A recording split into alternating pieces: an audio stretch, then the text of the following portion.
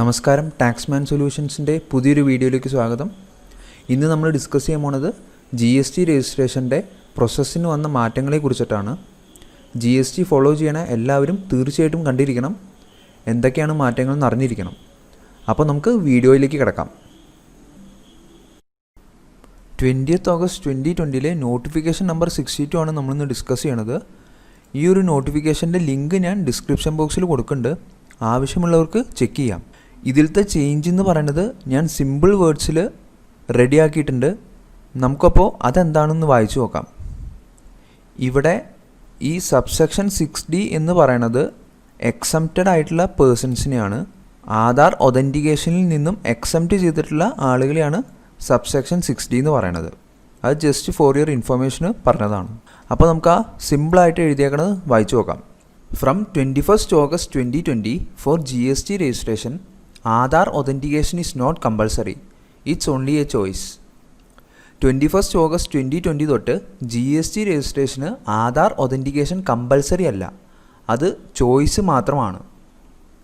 Change in rule 8 sub rule 4A from 21/8/2020.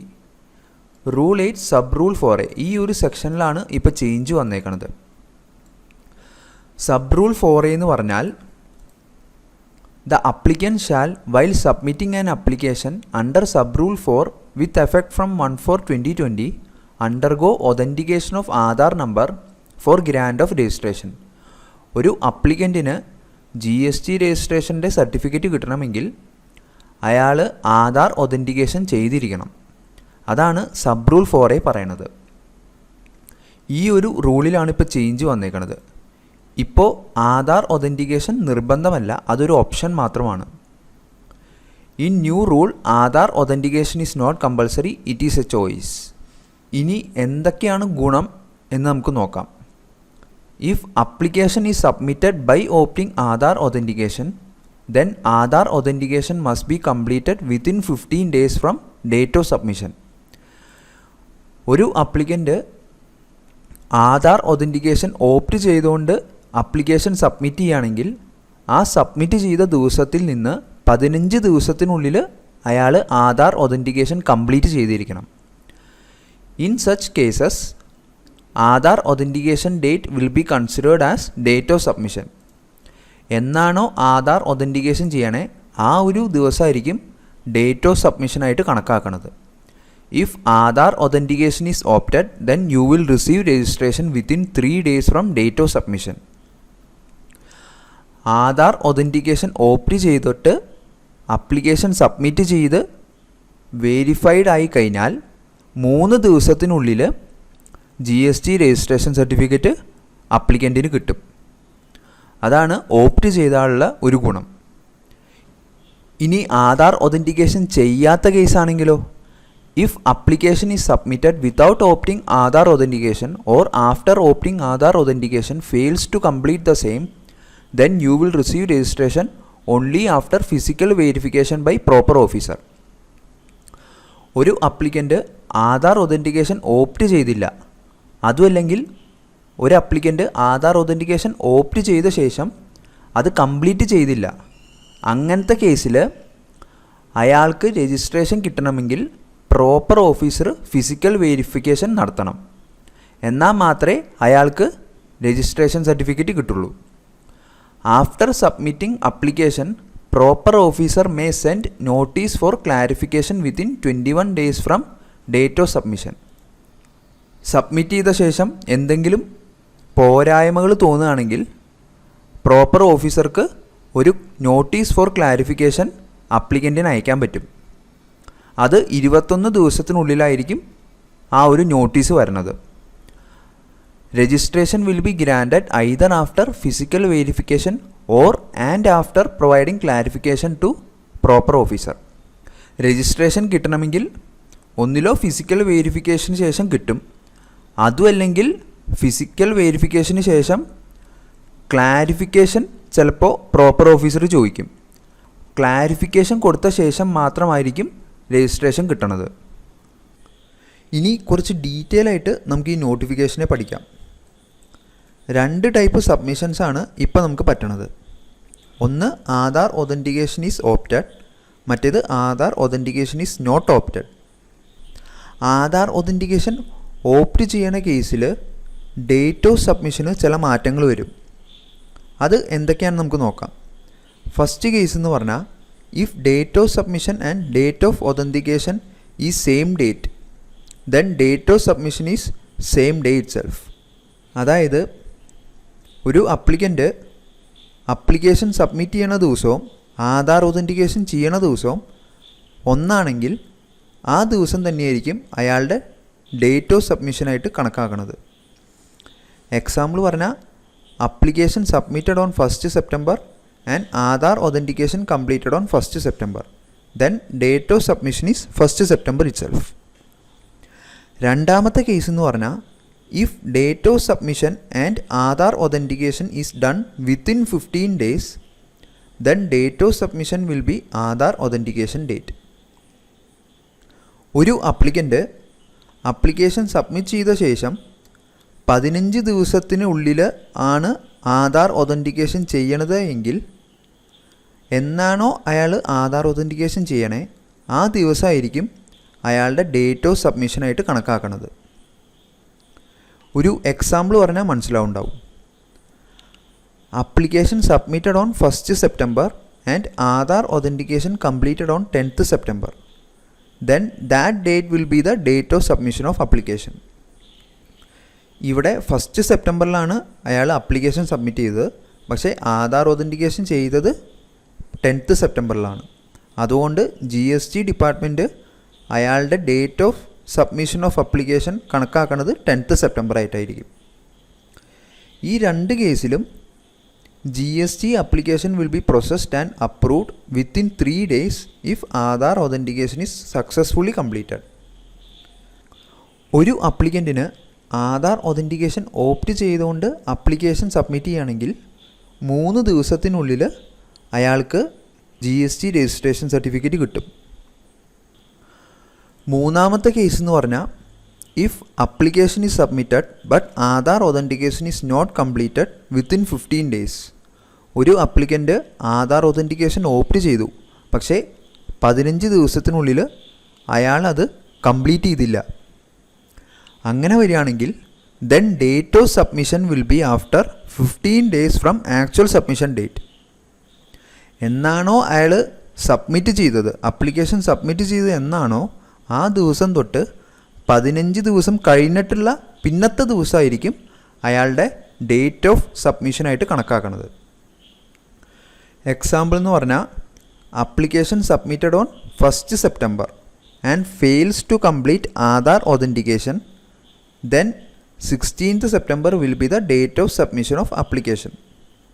1st September application submit ചെയ്തു, പക്ഷേ 15 ദിവസത്തിനുള്ളിൽ അയാൾ ആധാർ ഒതൻറ്റിക്കേഷൻ ചെയ്തില്ല. അങ്ങനെ വരുമ്പോൾ 16th September ആയിരിക്കും അയാളുടെ ഡേറ്റ് ഓഫ് സബ്മിഷനായിട്ട് കണക്കാക്കുന്നത്.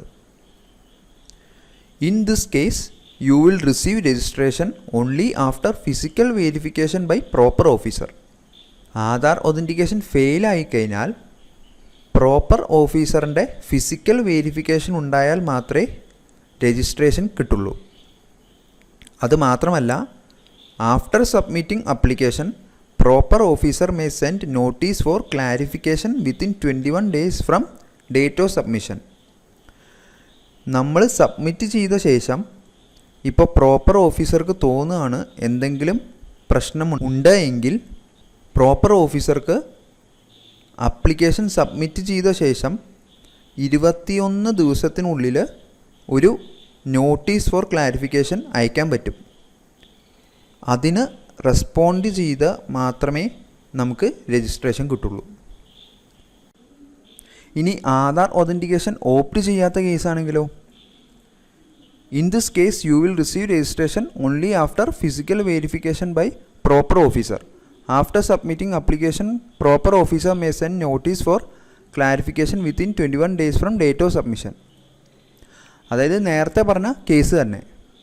ഇപ്പോൾ ആധാർ ഒതൻറ്റിക്കേഷൻ ഓപ്റ്റ് ചെയ്ത ഒരാളാണ്, പക്ഷേ അയാൾ ഒതൻറ്റിക്കേഷൻ കംപ്ലീറ്റ് ചെയ്തില്ല.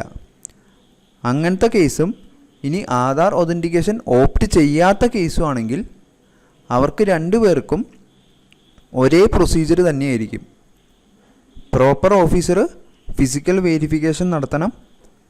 അതുപോലെ തന്നെ പ്രോപ്പർ ഓഫീസർ വേണമെങ്കിൽ നോട്ടീസ് ഫോർ ക്ലാരിഫിക്കേഷൻ അപ്ലിക്കൻറ്റിന് അയക്കും. അങ്ങനെ അയക്കുകയാണെങ്കിൽ 7 ദിവസത്തിനുള്ളിൽ റെസ്പോൺസ് നമ്മൾ കൊടുത്തിരിക്കണം. ഇനി no action taken by proper officer. നമ്മൾ അപ്ലിക്കേഷൻ സബ്മിറ്റ് ചെയ്തു, പക്ഷേ പ്രോപ്പർ ഓഫീസർ ആക്ഷൻ ഒന്നും എടുത്തിട്ടില്ല. അങ്ങനെ വരുമ്പോൾ നമ്മൾ എന്താണ് കരുതേണ്ടത്? If the proper officer fails to take any action in below cases then registration is deemed to be approved. താഴെ പറയുന്ന കേസുകൾക്ക് എതിരെയായിട്ട് പ്രോപ്പർ ഓഫീസർ ആക്ഷൻ ഒന്നും എടുത്തിട്ടില്ല എങ്കിൽ നമ്മൾ സബ്മിറ്റ് ചെയ്ത ആ രജിസ്ട്രേഷൻ അപ്രൂവായി എന്നാണ് കരുതേണ്ടത്. അപ്പോൾ ആ കേസസ് എന്തൊക്കെയാണെന്ന് നമുക്ക് നോക്കാം. A, proper officer within a period of 3 working days from the date of submission of application in cases where a person successfully undergoes authentication of Aadhaar number. ഒരാൾ ആധാർ ഒതൻറ്റിക്കേഷൻ ഓപ്റ്റ് ചെയ്ത് അപ്ലിക്കേഷൻ സബ്മിറ്റ് ചെയ്തു, authentication കംപ്ലീറ്റും ചെയ്തു. എന്നിട്ട് submission കഴിഞ്ഞ് 3 ദിവസത്തിനുള്ളിൽ action ഒന്നും എടുത്തിട്ടില്ല എങ്കിൽ അയാളുടെ ആ രജിസ്ട്രേഷൻ അപ്രൂവ് ചെയ്തു എന്നാണ് കരുതേണ്ടത്. ഇനി ബി എന്ന് പറഞ്ഞാൽ within the time period prescribed under the provision to sub rule 2 in cases where a person other than a person notified under subsection 6D of section 25 fails to undergo authentication of Aadhaar number as specified. ഇപ്പോൾ ഒരു applicant Aadhaar authentication opt ചെയ്തിട്ട് അത് complete ചെയ്യാതിരുന്നിട്ടും action ഒന്നും എടുത്തിട്ടില്ല എങ്കിൽ അയാളുടെ ആ registration approve ചെയ്തു എന്നാണ് കരുതേണ്ടത്. അടുത്തത് C, within a period of 21 days from date of submission of application in cases where a person does not opt for authentication of Aadhaar number. ഒരു അപ്ലിക്കൻ്റ് ആധാർ ഒതൻറ്റിക്കേഷൻ ഓപ്റ്റ് ചെയ്യാതെ അപ്ലിക്കേഷൻ സബ്മിറ്റ് ചെയ്തു. അങ്ങനെയാണെങ്കിൽ 21 ദിവസത്തിനുള്ളിൽ action ഒന്നും എടുത്തിട്ടില്ല എങ്കിൽ അയാളുടെ registration approve ചെയ്തു എന്നാണ് കണക്കാക്കേണ്ടത്. ഇനി D, within a period of 7 working days from date of receipt of clarification information or documents furnished by applicant under sub rule 2. Proper officer നമ്മുടെ അടുത്ത് ക്ലാരിഫിക്കേഷൻ ചോദിച്ചു. ആ ക്ലാരിഫിക്കേഷൻ നമ്മൾ കൊടുക്കുകയും ചെയ്തു. ഇത് കൊടുത്തിട്ട് 7 ദിവസം കഴിഞ്ഞിട്ടും ആക്ഷൻ ഒന്നും ഇല്ല എങ്കിൽ നമ്മുടെ രജിസ്ട്രേഷൻ അപ്രൂവ് ആയെന്നാണ് നമ്മൾ കരുതേണ്ടത്. ഇനി ഈ നോട്ടിഫിക്കേഷൻ്റെ ചേഞ്ചസ് GST രജിസ്ട്രേഷൻ്റെ സൈറ്റിലും വന്നിട്ടുണ്ട്. അത് എന്തൊക്കെയാണെന്ന് വെച്ചാൽ, ഇവിടെ ഈ ആധാർ ഒതൻറ്റിക്കേഷൻ എന്ന് പറയുന്ന ഒരു പുതിയ ടാബ് വന്നിട്ടുണ്ട് രജിസ്ട്രേഷൻ്റെ സമയത്ത്. നേരത്തെ ഇങ്ങനെ ഉണ്ടായിരുന്നില്ല. ഇത് രജിസ്ട്രേഷൻ എടുക്കണ സമയത്തുള്ള ഒന്നാണ്. ഇനി നമ്മൾ ആധാർ ഒതൻറ്റിക്കേഷന് ക്ലിക്ക് ചെയ്ത് കഴിഞ്ഞാൽ ഇങ്ങനൊരു ഓപ്ഷൻ വരും. Would you like to opt for Aadhaar authentication of promoters or partners or authorise signatories? അത് നമുക്ക് യെസ് കൊടുക്കാം അല്ലെങ്കിൽ നോ കൊടുക്കാം.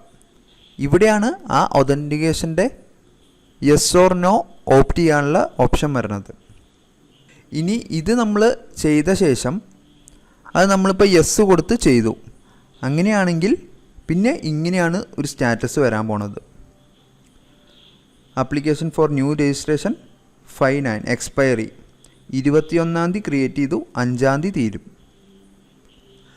ഇവിടെ സ്റ്റാറ്റസ് ഇങ്ങനെ കിടക്കും, pending for Aadhaar KYC authentication. ഇത് നമ്മൾ രജിസ്ട്രേഷൻ്റെ സമയത്ത് കൊടുക്കുന്ന ഇമെയിലിലേക്ക് ഒരു ലിങ്ക് വരും. അതിൽ കൂടെയാണ് നമ്മൾ ഒതൻറ്റിക്കേഷൻ ചെയ്യേണ്ടത്. അത് ചെയ്ത് കഴിഞ്ഞാൽ ഇവിടെ പെൻഡിങ് ഫോർ പ്രോസസ്സിംഗ് എന്ന് പറഞ്ഞു വരും. ഇതൊക്കെയാണ് ഇപ്പോൾ വന്നേക്കണ ചേഞ്ചസ്. അപ്പോൾ എല്ലാവർക്കും ഉപകാരപ്പെട്ടു എന്ന് വിചാരിക്കുന്നു. GST ഫോളോ ചെയ്യണവർ തീർച്ചയായിട്ടും ഇത് കാണണം.